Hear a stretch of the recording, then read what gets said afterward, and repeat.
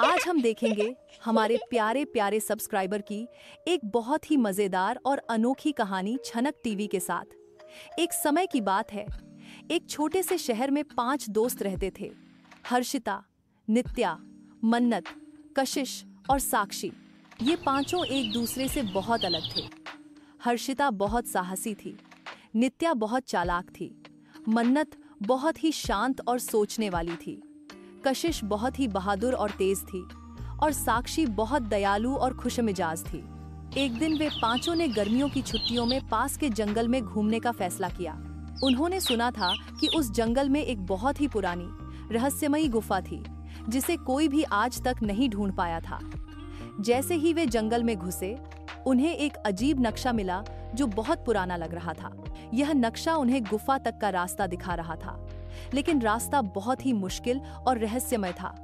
नक्शे के अनुसार उन्हें एक नदी पार करनी थी, एक ऊंची पहाड़ी पर चढ़ना था और एक घने जंगल से गुजरना था। सबसे पहले उन्हें नदी पार करनी थी। नदी बहुत तेज बह रही थी और उसे पार करना आसान नहीं था, लेकिन कशिश और मन्नत ने एक तरकीब सोची। उसने पास पड़े हुए कुछ लकड़ी के लट्ठों को इकट्ठा किया और सबकी मदद से एक छोटी नाव बनाई। इस तरह उन्होंने नदी पार कर ली। नदी के बाद उन्हें एक ऊंची पहाड़ी पर चढ़ना था। यह बहुत मुश्किल काम था, लेकिन हर्षिता ने हार नहीं मानी। उसने एक एक कदम करके आगे बढ़ा और बाकी दोस्तों को भी प्रोत्साहित किया। थोड़ी देर बाद वे सब पहाड़ी के ऊपर पहुंच गए। वहां उन्हें एक और संकेत मिला जिसमें लिखा था, एक पहेली को सुलझाओ तभी आगे जाओ। नित्या, जो बहुत चालाक थी, उसने कुछ देर सोचा और पहेली को सुलझा लिया।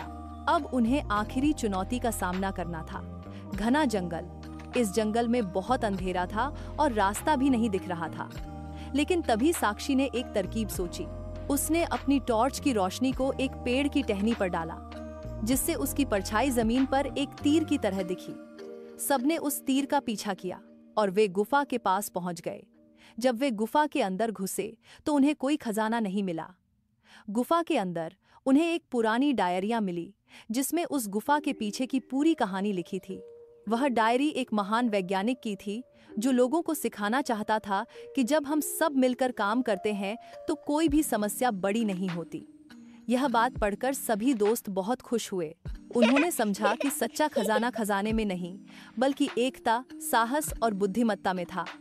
उन्होंने अपनी छुट्टियों को एक यादगार और मजेदार अनुभव बना लिया।